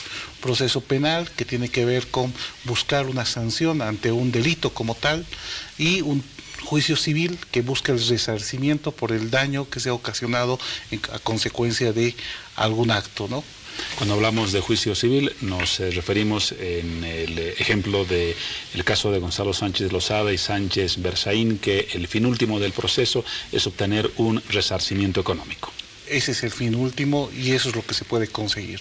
En el caso penal sería, si esa fuera la figura, que no la es, llevar a la cárcel a los acusados. La sanción sí es la detención, que puede ser mediante cárcel o de acuerdo al Estado, porque estamos hablando de un país que tiene estados, es un sistema federal y cada uno de los distritos tiene su propio procedimiento. Sin embargo, en muchos de los casos se llega a sanciones como la pérdida de la libertad o en algunos con la pérdida de la vida, ¿no? Como Texas, por ejemplo, por darles una figura. Tratándose en este caso de un caso que es épico en Estados Unidos porque es la primera vez que un exmandatario es procesado en la vía civil. Y justamente esto se ha dado debido a que existe una ley de protección de víctimas de las torturas o de torturas y es la razón y el fundamento fáctico que se tiene para iniciar un proceso de resarcimiento civil. Antes del fondo del caso, algunos elementos que tienen que ver con las características del proceso que no son del todo comunes en nuestro país. Por ejemplo, hoy la primera jornada, mejor dicho, ayer 5 de marzo, se dedicó a la organización del jurado, una práctica, la del jurado, no muy extendida en la legislación boliviana. Sí, es cierto. En realidad las etapas que tenemos dentro de un juicio civil es la etapa anterior al juicio, la etapa del juicio propiamente y la etapa post-juicio. En este caso, la etapa anterior del juicio empiezan a darse las demandas, la contestación a la demanda y las mociones, la moción que ha tratado y han pretendido Gonzalo Sánchez de Lozada y Sánchez Berzaín de poder generar de que el proceso no se lleve a cabo. Pero esa moción ha sido denegada. Y una vez de que ya se deniega esa moción, se entra al juicio propiamente, y uno de los primeros actos que no se los realiza en Bolivia, y no estamos muy acostumbrados a esto, justamente es la elección de jurados. Pero esta elección de jurados siempre tiene que ser a solicitud de parte, ya sea que esté dentro de la presentación de la demanda o dentro de la contestación a esa demanda. La parte acusadora o la que se defiende debe solicitar si así lo considere, la figura del jurado. Solo en ese caso se instaura un jurado con X cantidad de personas. Creo que son 10, ¿no? Son 12. Entonces, justamente esa solicitud de parte, y en este caso, si es que no hubiera solicitud ni en la demanda ni en la contestación, solamente el juez va a dirimir esta controversia y va a emitir una sentencia. Porque cuando hay jurado se emite un veredicto. El veredicto declara, en este caso, aceptada la pretensión o denegada la pretensión. Ese veredicto lo da el jurado. El jurado. ¿Y el papel del juez? A partir de ese veredicto, el juez va a determinar el quantum del resarcimiento del daño, ¿no? O sea, va a determinar, en materia civil se toman muchos elementos que son técnicos. El lucro cesante, aquello que se ha ido perdiendo en el tiempo por no tener, digamos, ciertos elementos que a diario lo tenemos, ¿no? La pérdida de la vida de algunos padres o de algunos hijos, hay que establecer los parámetros de cómo consolidar una pretensión en ese caso. O el daño emergente, qué tipo de daños ha sufrido a consecuencia de no tener a un ser querido en vida, ¿no? Entonces se van esbozando esos elementos para que el juez vaya determinando una cifra que en Estados Unidos se manejan cifras millonarias en cuanto a los resarcimientos civiles. Ahora, aclarada esta figura, se ha dicho que va a ser verdaderamente difícil que la parte acusadora compruebe, y esto lo leí en una información que llegó ayer de Estados Unidos, que la parte acusadora compruebe que hubo un afán deliberado de matar. Esa debería ser la figura que trate de comprobarse para Sánchez de Lozada y para Carlos Sánchez Berzaín. ¿Habrán elementos suficientes para comprobar que hubo una actitud deliberada de matar? Eso se va a poder establecer a partir de que el presidente del Estado de la República viene a ser el comandante general de las Fuerzas Armadas. Es decir, que cualquier tipo de orden que él pueda dar recala en la seguridad del Estado.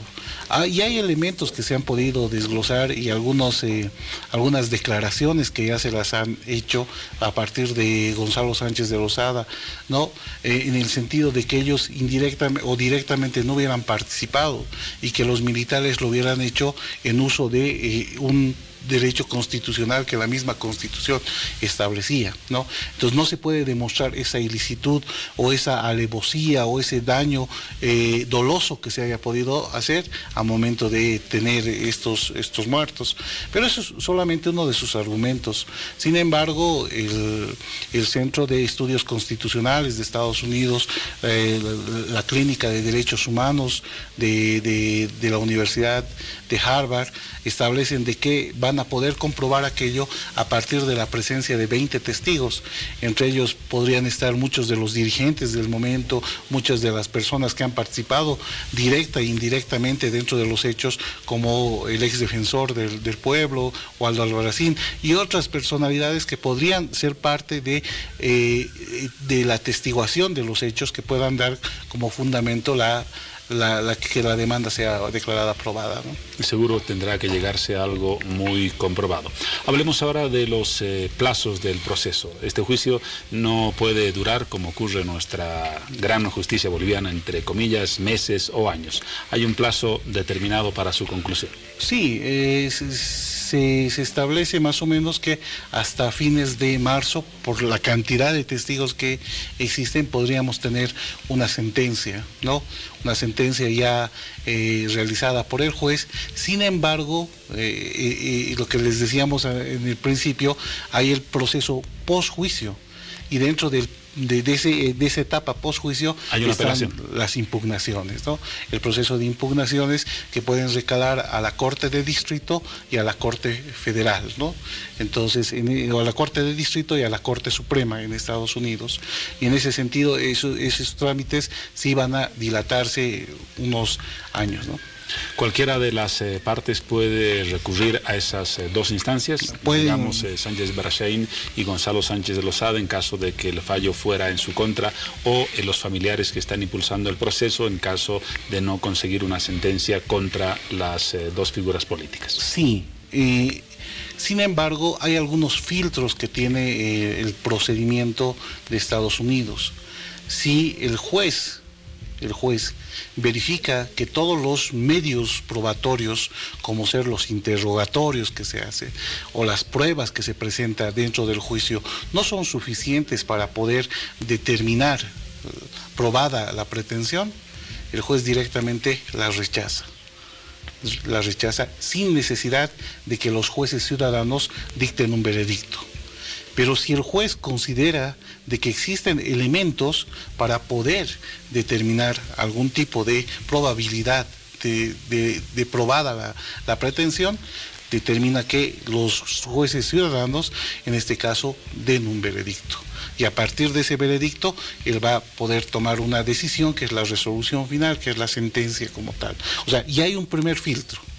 El segundo filtro es un recurso que se puede plantear ante el veredicto que se ha emitido como tal, y el otro de un nuevo juicio, cuando ha habido elementos que puedan viciar de nulidad el procedimiento como tal. Esas son las opciones posibles entonces como curso del proceso. Las autoridades de la Cancillería, hemos tenido aquí al canciller Fernando Guanacuni, afirman que un posible fallo contra Sánchez de Lozada y Carlos Sánchez Berzaín reforzaría la demanda de solicitar su extradición para que sean procesados en el país. Jurídicamente, ¿existe esa posibilidad que el fallo de este caso pueda tener alguna repercusión en la solicitud de extradición, o no hay un factor vinculante?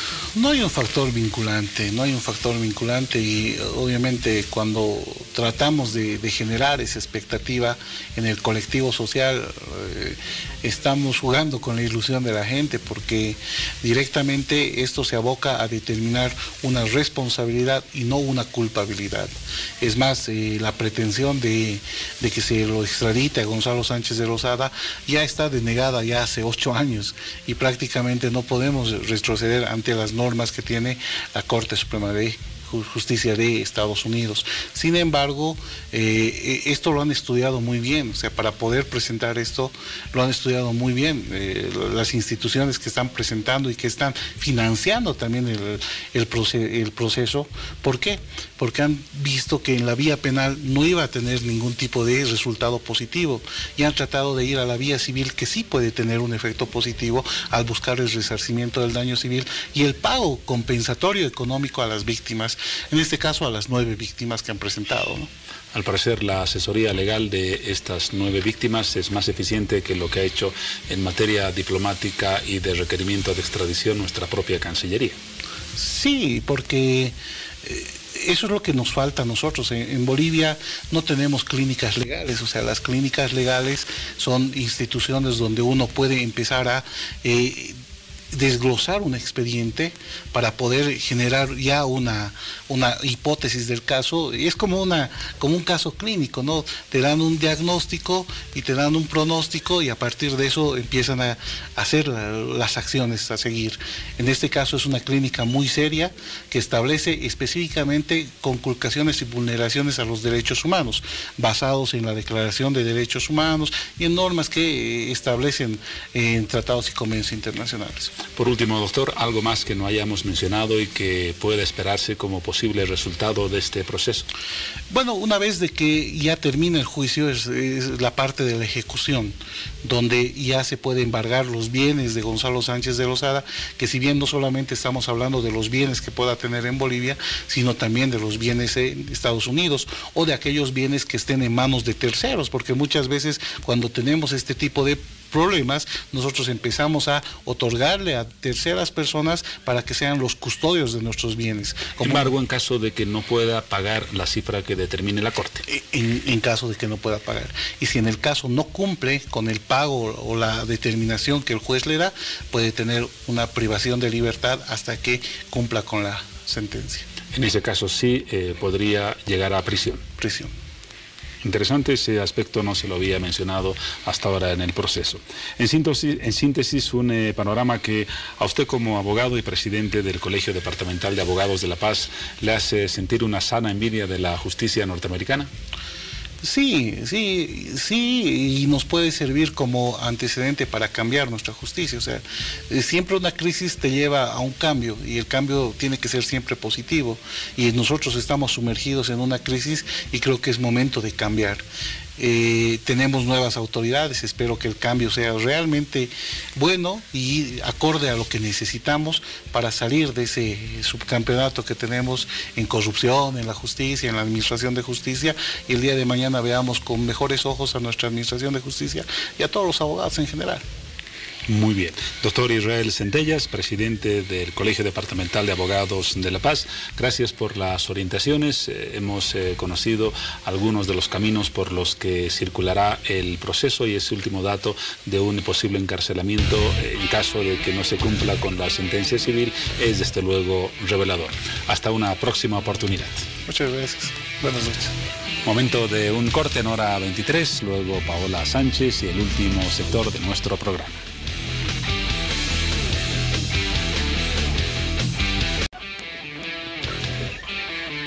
En Bolivia se lucha constantemente para prevenir el tráfico de animales silvestres. Lo que ustedes ven en este momento es una peta de río, es una especie de animal silvestre que se encuentra en peligro de extinción. Y es tan solo una de las especies de tantas otras que sufren de constantes abusos, maltratos, este negocio que es totalmente cruel, sucio e ilegal. Es por ello que esta noche vamos a hablar acerca del tráfico de animales silvestres y también vamos a conocer aquellas historias de los animales que han sido rescatados. Tenemos varias especies en el set de hora 23, ustedes ya los van viendo, ven en muchos de ellos tal vez rostros de sufrimiento, miedo. Ellos se encuentran ahora en un proceso en el cual están en rehabilitación, han sido rescatados por instituciones que protegen sus vidas, protegen sus derechos y luchan para eliminar este negocio, que es el tercer negocio ilícito más importante del mundo, tráfico de animales silvestres. Y para hablar del tema, esta noche queremos dar la bienvenida, por una parte, a Patricia Frías, presidenta de CEDAD, Gracias, Patricia, por acompañarnos en Hora 23. Muchas gracias a ti por la invitación. También queremos agradecer la presencia del Teniente Coronel Alfredo Andrade Sanginés, director de POFOMA, Policía Forestal y de Medio Ambiente. Teniente Coronel, bienvenido. Muchas gracias por la invitación y saludos a la población en general. Bueno, y qué triste es escuchar esas historias de todos esos animales indefensos que han sido víctimas del tráfico ilegal, que han sido víctimas de maltratos, de comercialización. Muchos de ellos se venden, se ofertan a través del internet o en algunas ferias, ya sea dentro de nuestro país y otros también destinados a fuera de nuestras fronteras.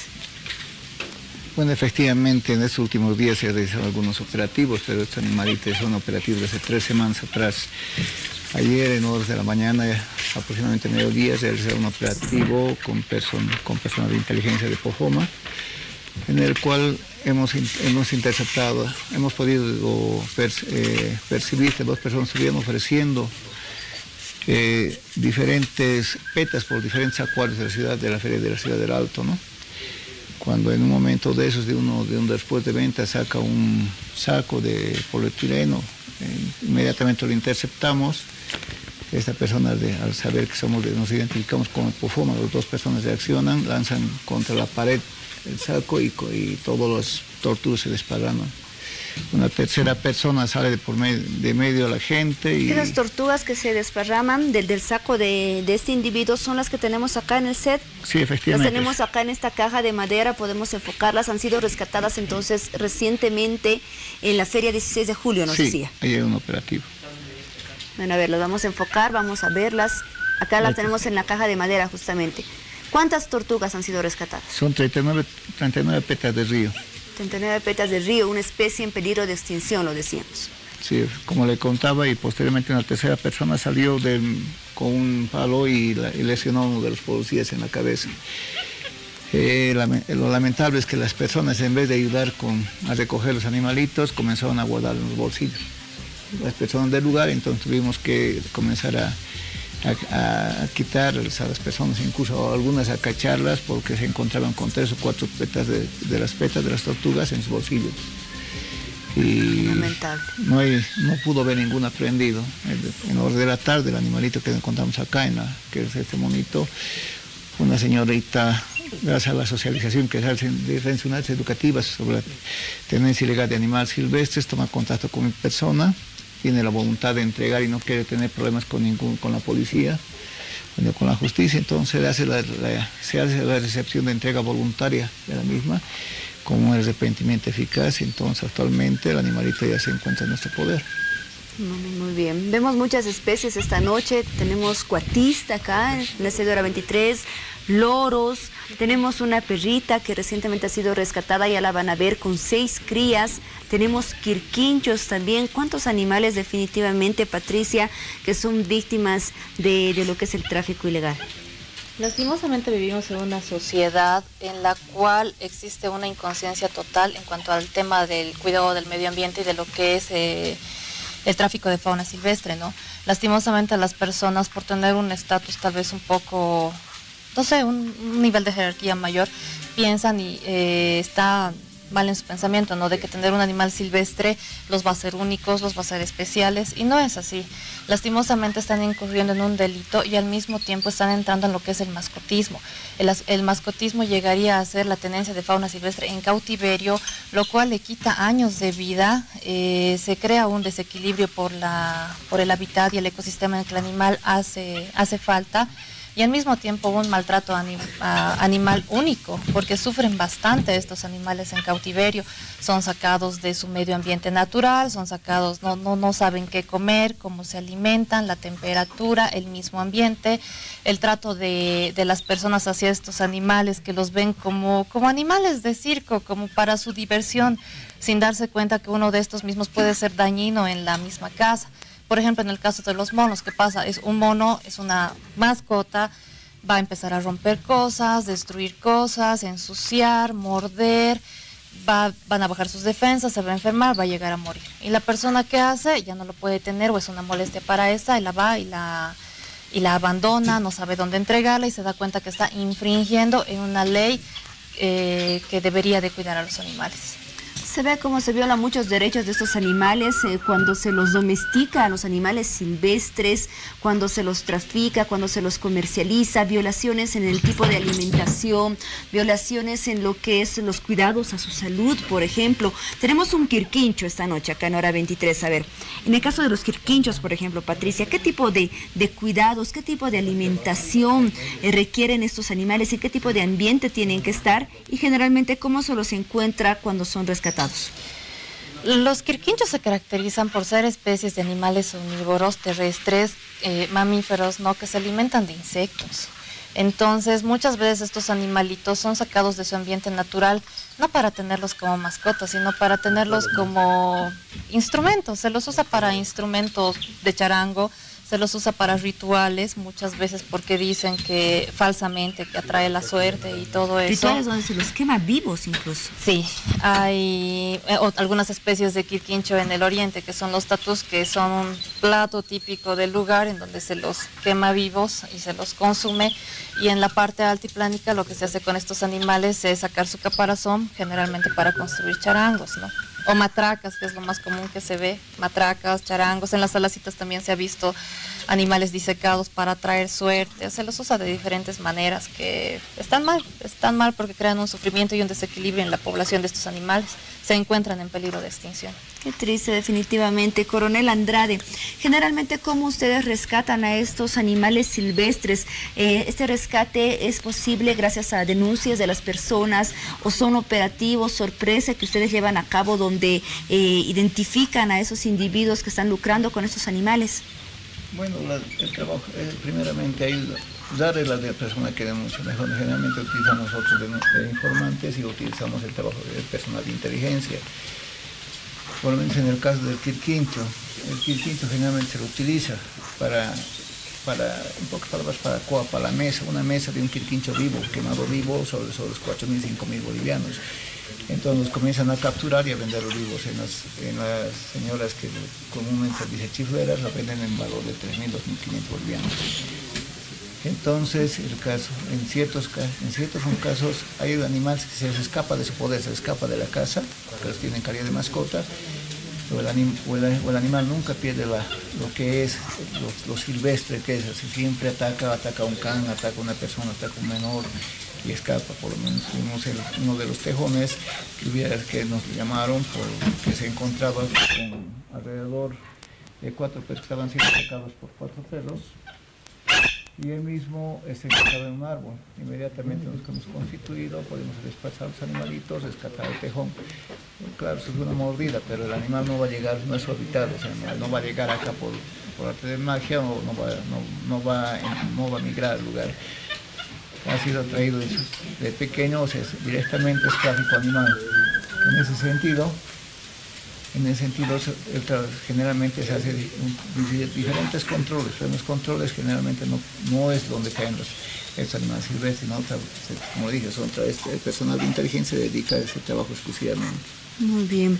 Patricia, vemos que el tráfico ilegal de animales silvestres es el tercer negocio ilícito más importante del mundo y ha tenido un crecimiento preocupante en los últimos años. Y sin duda representa una amenaza para la vida de estas especies, muchas de ellas en peligro de extinción. Por eso es un objetivo muy importante tanto de POFOMA como de las instituciones que están a favor de la vida, de los derechos y protegen los derechos de los animales, poder eliminar este tipo de negocio ilegal.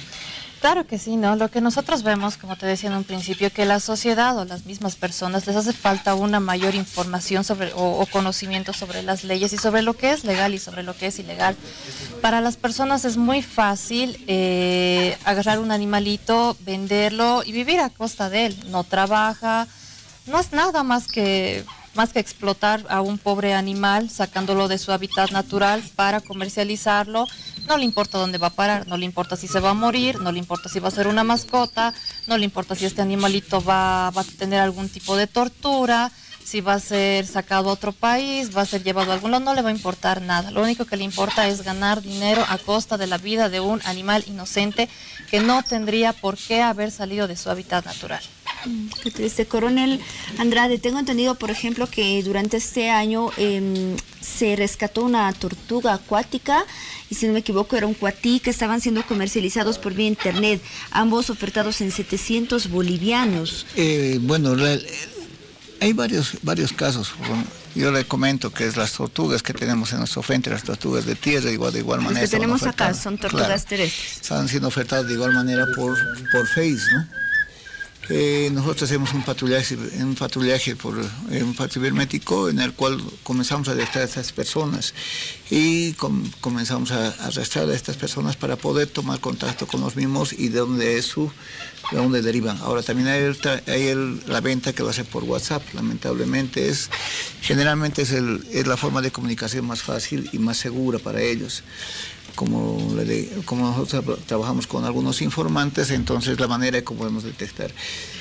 Les pasa que con estas tortugas, que ayer la venta estaban sobre los 250, si se vendían 10, y si vendían una por una, estaban sobre los 320, estamos hablando de 10.000 bolivianos para arriba. Lo mismo ocurría con uno de los monos, de igual manera, que de la misma manera, un muchacho, todavía un menor de edad, que estaba ofreciendo al mono por la feria San Luis de Villadela, por la zona de Villadela, él mismo estuviera ofreciendo en 1.500 bolivianos. O sea, es lo lamentable, ¿no? Las personas no están viendo el riesgo que corre tener un animal silvestre y el riesgo que está poniendo su situación jurídica, ¿no? Porque van a perder la libertad. El único problema que tenemos es con los animales exóticos. No existe una ley que regule el tráfico de animales exóticos. Por la manera que operamos o investigamos el caso es por maltrato animal. Lamentablemente tenemos un vacío jurídico aquí en Bolivia con animales exóticos. Claro, el caso, aquí tenemos 3 tortugas californianas que han ingresado por el lado de peruano, pero no debe ser 3, debe ser unas 200 o 300, pero lo lamentable es de que no existe una ley que regule el tráfico de animales exóticos en Bolivia. Decíamos que este negocio de tráfico ilegal de animales silvestres ha ido aumentando en los últimos años, Coronel Andrade. ¿Se tienen algunas estadísticas que reflejen ese incremento, la cantidad de animales rescatados durante esta gestión, que recién estamos en el tercer mes de este año y que podríamos compararlo con la cantidad de animales rescatados en pasadas gestiones? Bueno, este año, lo que va del año, llevamos 127 animales silvestres. Menos de 3 meses, estamos hablando. Menos de 3 meses. Pero quiero aclarar que no es porque está aumentando el tráfico, sino que el tráfico viene de antes. El tráfico anteriormente, el tráfico de animales, no era tan enfocado, era casi normal y común vender un animal en la feria de 6 de julio, no le tenía mucha importancia. Igual manera en la cancha de Cochabamba o en las ferias de diferentes pueblos, como en Santa Cruz. En Santa Cruz tenemos también la feria de Sinaote, en el Chapare. Era normal y era como vender un pan o cualquier comestible, o como estuvieran vendiendo un perro criollo, un perro de raza. Hoy en día, desde que hemos comenzado a operar hace 2 años atrás, hemos hecho más agresiva la parte operativa de Epofoma a nivel nacional, ha comenzado ya a ser un poco más escondido, más clandestino este trabajo de estos delincuentes, ¿no? Que atacan el medio ambiente, especialmente la vida silvestre. No es que haya aumentado, sino está bajando, pero ya es más oculto, más se aseguran, ya andan con personas, ya podemos hablar incluso de familias enteras que se dedican a eso. Claro, el caso de la fibra de vicuña. La fibra de vicuña es un derivado de animal silvestre. Son familias enteras, ahí está el cazador, el cazador tiene uno que lo transporta, el que lo transporta tiene otra familia que lo vende, comercializa. Hoy en día puede pasar por la feria de 6 de julio, ya no es como anteriormente, se podía vender. Pasaba uno y encontraba 7, 8, 10 kilos de fibra de vicuña, o podía encontrar por las ferias de las periféricas una vicuña viva, ahora ya no. Ahora si pasa por la feria de 6 de julio ya existe ese temor de que Epofoma los aprenda o denuncien o cualquier policía lo aprenda, lo pasen a Pofoma y inmediatamente pasen calidad de aprendido al Ministerio Público. Es importante definitivamente esa lucha que se tiene, que realiza la Policía Forestal y de Medio Ambiente, instituciones también así como CEDAP, Ciudadanos en Defensa de los Animales Bolivia, para proteger la vida, los derechos de estos animales, para protegerlos de todo el maltrato que ellos pueden vivir en el tráfico ilegal de animales silvestres. Se lucha constantemente, Patricia, en Bolivia, ya que en nuestro país, en nuestro territorio, está presentes aproximadamente 66 de los 112 ecosistemas protegidos en el mundo entero. Es importante por ello luchar contra este negocio ilegal, pero sin duda no es una tarea sencilla. Ustedes tienen muchos animales, por ejemplo, vemos en este momento tantas especies y muchas otras más que se encuentran en las instituciones que están a su cargo, y luchar por ellos, darles la alimentación, velar por sus derechos, es una tarea bastante complicada y una tarea en la cual también todos podríamos colaborar. Claro que sí, ¿no? Nosotros como Asociación de Defensa de Animales, CEDAP, tratamos de apoyar al 100% el trabajo que hace Pofoma en cuanto a la ayuda que da hacia los animales, tanto domésticos como silvestres. Es por eso también que pedimos constantemente a la población ayuda, ya sea de plátanos, papayas, choclo, avena, cereales como, podría ser, no, avena, frangollo, para los animales que llegan constantemente a estos lugares. Lastimosamente no se cuenta con un presupuesto fijo no se cuenta con presupuesto fijo para la alimentación de estos animales, y los animales que llegan son alimentados por bolsillos propios, por personas que queremos, amamos a los animales y tenemos que dar de nosotros para que ellos tengan, hasta que vayan a otro lugar, una calidad de vida buena, ¿no? Hay que recordar que muchos de estos animales llegan maltratados, llegan a veces mutilados, llegan con heridas, llegan en estados de desnutrición que necesitan realmente una ayuda y un tratamiento para llegar a salir adelante. Así es, Patricia, todas las colaboraciones de aquella gente buena, de noble corazón que ama a los animales, ¿dónde pueden ser entregadas esas colaboraciones de lo que tú mencionabas, aquellos alimentos, tal vez algunos medicamentos que se requiere para los animales?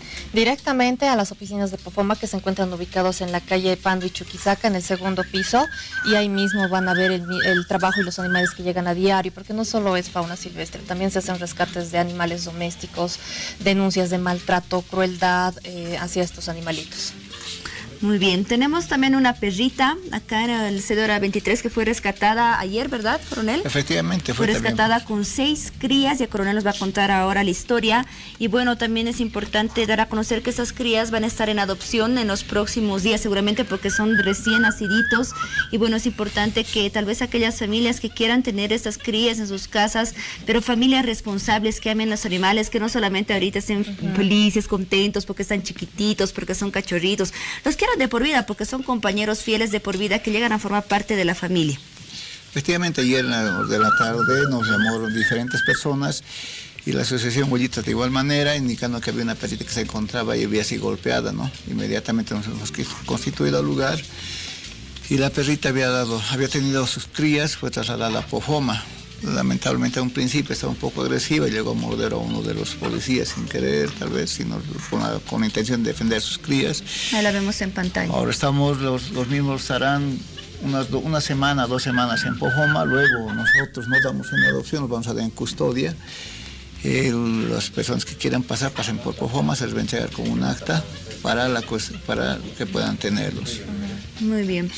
Coronel Andrade, ya para finalizar, en caso de aquellas personas que tienen conocimiento del tráfico ilegal de animales silvestres o maltrato a estas especies, ¿dónde se pueden realizar las denuncias y cómo? Bueno, las personas que tuvieran conocimiento pueden pasar por las oficinas de Pofoma, que está ubicado en la Chuquisaca, esquina Pando. En caso de que quieran resguardar las reservas de su identidad, pueden llamar al 245-7921 o al 788-5950. Repetimos los números, coronel, por favor. Al 245-7921 y al 788-5950. Muy bien. Se va a guardar la reserva del denunciante. Muy bien. Patricia, la última recomendación relacionada con lo que es este maltrato que se comete a los animales silvestres. Bueno, pues no seamos cómplices de este crimen o de este delito en el cual estamos tratando de erradicar, si se podría decir, de Bolivia. Muchos animales llegan a morir en el camino de, no sé, de una tortuga, por ejemplo, para llegar a un acuario. va a pasar por 50 muertes más, 50 tortugas muertas para que una venga aquí. Para que un mono esté en una casa hay otros 50 que han muerto para que se esté ahí. Entonces nosotros tenemos que decir no al mascotismo, no al tráfico de fauna silvestre para ayudar a la biodiversidad de Bolivia. Muy bien, Patricia Frías, presidenta de CEDAV, Ciudadanos en Defensa de los Animales Bolivia. Gracias por acompañarnos esta noche. Muchas gracias por la invitación. Igualmente el agradecimiento al Teniente Coronel Alfredo Andrade Sanginés, director de POFOMA, Policía Forestal y de Medio Ambiente. Gracias, coronel, por visitarnos. Por la invitación. Muy bien, de esta forma llegamos al final de hora 23. Gracias por acompañarnos en este primer programa de la semana. Que tengan una excelente jornada y un buen descanso. Familias bolivianas, nos reencontramos de acá a unas horas. Adiós, Piti. Adiós, Paola. Gracias a todos por haber compartido un programa más con nosotros. Y me voy felicitando a la ciudad del Alto. Un fuerte abrazo. Buenas noches, Juan Pablo. Hasta dentro de algunas horas, Piti. En esta jornada nos ocuparemos desde luego de los actos de conmemoración de la creación de la ciudad del Alto, una de las más importantes del país. Eso es todo. Como siempre, gracias por su atención y hasta pronto.